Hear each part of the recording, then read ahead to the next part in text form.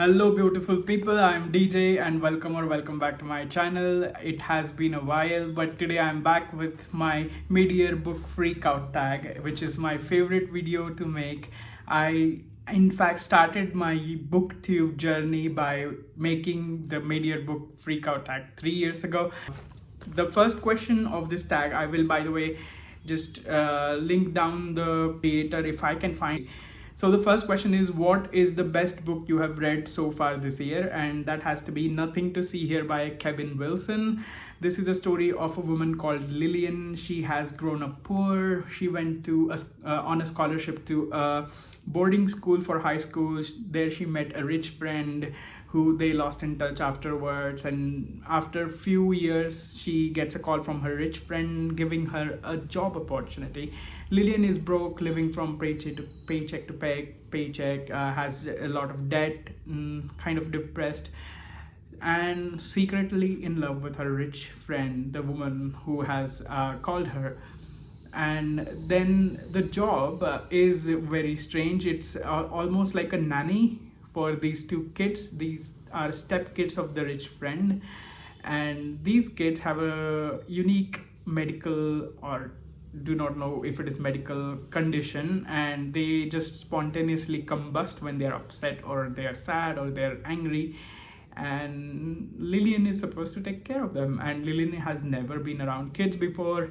She's quite far removed from this world of kids and their needs and everything, and she's discovering that when she meets these kids and she bonds. It's very wholesome, little sad, little queer, perfect book. And the audiobook is really nice too, the narrator. The second question is, what is the best sequel you have read so far in 2024? I don't really read sequels that much, and but I will have to say, even though I haven't read other books in this trilogy, there is this loosely connected trilogy by Selva Almada, the International Booker nominated author, and I read a book called Not a River by her, and it is an excellent book. It's my favorite sequel technically because it is one of the 3 books in this series. I think the other ones are called The Bricklayers and Where the Wind Lays to Waste. I don't know, I haven't read both of them, but I do want to read them. And these books tackle the subjects of toxic masculinity, and they are set in rural Argentina. So in this story, Not a River, there are 3 friends who go to this riverbank camping place, and it is near a patch of woods, and beyond the patch of woods is a village that is connected to the river bank. And these people are there to have fun. They are there fishing. They have their boat and they go fishing, and they catch a huge jellyfish, and they just leave it hanging on one of the trees and let the flesh rot. It's kind of dark and twisted, and the locals get the wind of it. They don't appreciate these people coming and taking their fish, and it's a huge fish apparently, and it seems like the village is impoverished as well. And I don't know if people can eat jellyfish, but wasting a huge meat source, I guess. And these outsiders coming in and behaving really recklessly, like privileged people probably from the city or something. These locals do not like them at all. And these 3 friends also have a history, like all of them have unique backstories. One of them is a cop or a retired cop. Another one has lost his father, who was originally in the group of 3 friends, but now the son has taken place of his father because he's old enough, I guess. And these other 2 are remembering the tragedy in which this boy's father had died a few years ago, like near this river. So there are a lot of surreal aspects of it. The story jumps back and forth in time, and the woods are described in a very surrealistic, enchanted woods type of ways, which are connected to the riverbank and the village beyond. And it's such a beautifully crafted story, and it's a very short novella, probably hardly 100 pages or 150 pages. It was so good, and I gave it a 5 star. So these are only two books that I gave 5 star to. The earlier one that I said by Kevin Wilson, and this one by Selva Almada. But I do recommend reading this book. It's so good. The third question is the new releases or the books that you haven't read but want to get to soon. So I have a weird book for this. It's called No Judgment by Lauren Euler, and I read Lauren Euler's debut fiction novel called Fake Accounts. Its premise sounded so interesting. This woman is dating this man who claims to have no social media, but then she accidentally discovers that he is troll online and like has a big account, anonymous account, where he spouts a lot of conspiracy theories, and he's like secretly a Republican, maybe a right-wing person or something in America. And she goes then on a huge journey, and it sounded really interesting, and it was interesting in the beginning, but it became so pretentious, so far-fetched, so dragged out afterwards. She goes on so many tangents, and she has like opinion pieces inside the fictional novel. This woman, the character, is coming to terms with a lot of things, grief and sadness and stuff, but she doesn't have to go on these many tangents. I hated that book, but now this author has come up with this non-fiction book called No Judgment, and it's about creative criticism, not creative criticism, cultural criticism. And I'm like, she was so eager to put that in her fictional book, then she must be really into it, so her non-fiction might be good. So I'm really keen on this. Like, I thought, and the worst case scenario will be like, I hated her first book, I will hate read her second book. So I think it might be a good book to like rant review if that things come to that. So that is the book that I'm hoping to get to soon. I have already bought it. I will not show it to you right now because I don't have any books with me right now, but I do have it, and I have some other new releases that I like, the usual ones. I'm really looking forward to Intermezzo by Sally Rooney though, because it hasn't been released yet. It will be released in September. I'm also looking forward to reading Empusium by Olga Tokarczuk. Its English translation is probably also coming in September. And another English translation of I'm waiting for is, I think, Haruki Murakami's The City and Its Walls, I think. Let's see if I can get to that one. Let's see. But that is way beyond the next quarter, I think. So I have some time. The fourth question is biggest disappointment of this year, and it has to be Wolf's Song by TJ Klune. I did not know TJ Klune was a problematic author.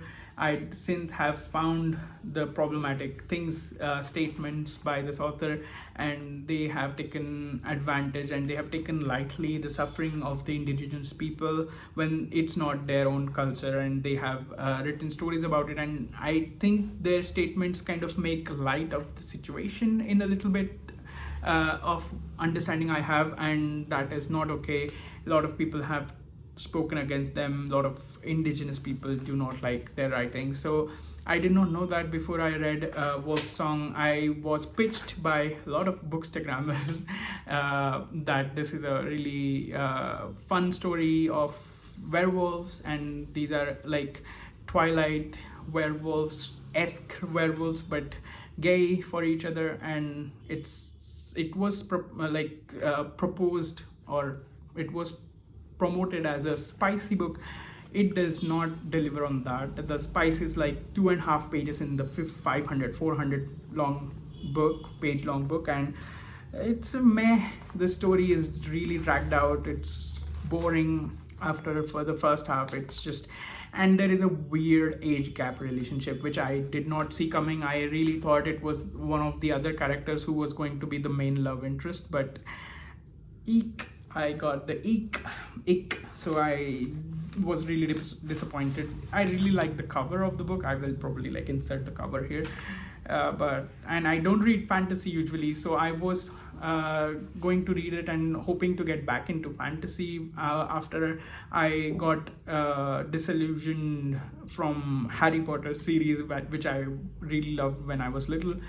But sadly, I'm not getting back into fantasy anytime soon, I guess. The next question is my biggest surprise of this year so far. The book that surprised me the most was The Final Scene by Steph Nelson. It is a thriller, crime thriller, and that was a surprise in itself that I was so ready to pick it up, because I don't usually pick up like these kind of thrillers.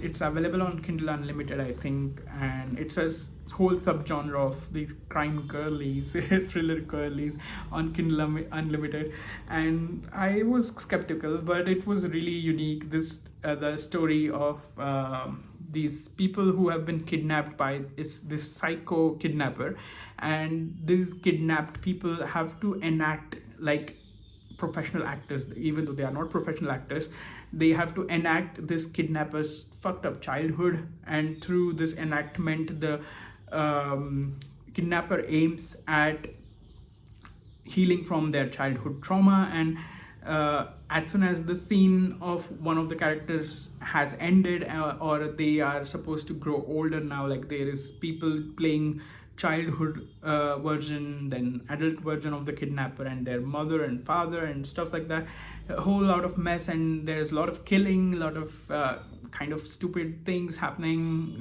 between the people. Like there is a very weird romance plot, but overall it was a very thrilling, very interesting read. I really liked it. I originally had given it 5 stars, but then I bumped it down to 4 or 4.5, maybe generous 4 stars. But it was a big surprise, and I read a bunch of other crime thrillers after that. Like I read TJ Payne's The Venue, that was a gory horror thriller, which was really good. Then Unmissing by Minka Kent. I think this booktuber called Hayley Hughes is responsible for me picking up all these thrillers, because she made them sound so good, and she gave them all 5 stars. So I was like, why not? Then the 6th question is, who is your new favorite author? I don't really think I have any favorite authors, but I really liked the writing of Selva Almada. Like I said in Norton River, the way that they play with the time, it's chef's kiss. I loved it. I hate it when I can't concentrate on the story because of the time jumps, but this was not it. This was not the case here. This was amazing book, and I really liked Selva Almada, and I'm really curious to read more from them. Then the next question is, who is your fictional crush? I don't have a fictional crush this year, sadly. And I have read only one romance novel, and it was a meh. It was a funny story by Emily Henry. I gave it like 3 stars, and both the main characters are like not somebody I would have crush on. Kind of too American, too cheesy, too corny, maybe. Yeah. Then the question number 8 is the newest favorite character from a book that I've read this year, but sadly I don't have any characters that stand out a lot and as my favorite characters. But I did find the kids in Nothing to See Here by Kevin Wilson, these 2 kids who spontaneously combust. Their characters were pretty endearing. I really liked their characters, but can't say they are my favorite because they are not super fleshed out, but they are kind of cute and they are wholesome. I really liked those 2 kids, especially no, not especially the girl or the boy. Both the twins are really cute. Question number 9, a book that made you cry. I haven't cried this year that much, but I really got sad when I was reading in another International Booker Prize nominee, What I'd Rather Not Think About by Riente Postuma. It was originally written in Dutch and translated by, I forgot the translator's name, but I will insert it somewhere. And it's about this woman losing her twin brother and coming to terms with it, or trying to come to terms with it, and it's very, very sad. I don't know. It was very sad. It made me sad, and I don't know if I can recommend it. But it was a cathartic kind of read, a little bit, but it was sad. Then the next question, number 10, is a book that made you happy or made you laugh. I'm not in a habit of reading happy books. Generally, I read only sad and miserable books. But Yeah, I don't have any books that made me laugh or happy this year that much. I mean, again, Nothing to See Here by Kevin Wilson. Again, I'll go back to that one. It's my favorite book of this half of the year, and it was sad, but it was hopeful a little bit. So that was a happy thing in it. Okay, the next question number 11 is, what is your favorite film adaptation of the year? I haven't watched too many film adaptations, but I did watch All of Us Strangers. It's based on a Japanese novel called Strangers by Taichi Yamada. They have made quite a bit of changes to the story. I really like the film because it depicts a very unique representation of queer men, and there is some weird sci-fi surreal ghosty things going on, which was fun. I liked the actors. I like both of them, Andrew Scott and Paul Mescal. They were brilliant, they were hot, they were good. I like that one. Then the next one is number 12, most beautiful book on your shelf you bought this year. So for that, I have a unique one. It's called Kimi no Kuizu by Ogawa Tetsu, and it's a book that I found in a second-hand shop in Japan when I went there this February. And it's about these people who are professional quiz enthusiasts, and they go on TV shows and play these quizzes and win. And somebody wins this quiz contest by answering a question even before the person asking the question had completed the sentence, and that makes everybody else suspicious, and something happens after that. Something mysterious. And I got this on like a second-hand bookstore for like $10 or something. It's so like hypnotic, these like geometrical shapes and colors, and it's really beautiful. I really want to read it soon. I've read only a couple of pages, but because it's all in Japanese, it's a beautiful object. Because look at this, it's written in a vertical way. Its paper is nice. The book is itself beautiful, most beautiful one that I have bought this year. Next question is, what do you need to read by the end of this year? I said Intermezzo by Sally Rooney, Impusium by Olga Tokarczuk. I want to read some more Japanese books like Mongrel by Hanako Footman. Can I count it as Japanese book if it was written by in English? Maybe. I don't know if it was written originally in English or Japanese, but it seems like it was written in English originally, but it's written by a Japanese author at least. Yeah, I don't know much about Hanako Footman, but I want to read this book because I've heard good things about it. Then I have another Japanese book that I want to read. It's called Mysterious Setting by Kazushige Abe, who's married to Mieko Kawakami, who is my favorite author, currently Japanese author, who has written Heaven, Breast and Eggs, and Miss Ice Sandwich, and All the Lovers in the Night. I've read all of her books, but I'm curious what her husband has written. And then I really want to read some classics as well. Maybe The Picture of Dorian Gray, maybe Emma by Jane Austen. I also want to read before the year ends Boulder by what is the author's name? Boulder by Eva Baltzar, I think. And I also want to read a book called I Who Have Never Known Men by Jacqueline Hartman. That is what I want to read before the year ends. And that brings us to the end of this tag video. I have had a lot of fun yapping about books, and I am really hoping that I'll get back on my video making ish, and I'll see you soon. I tag all of you, and I'll talk to you later. Bye, take care.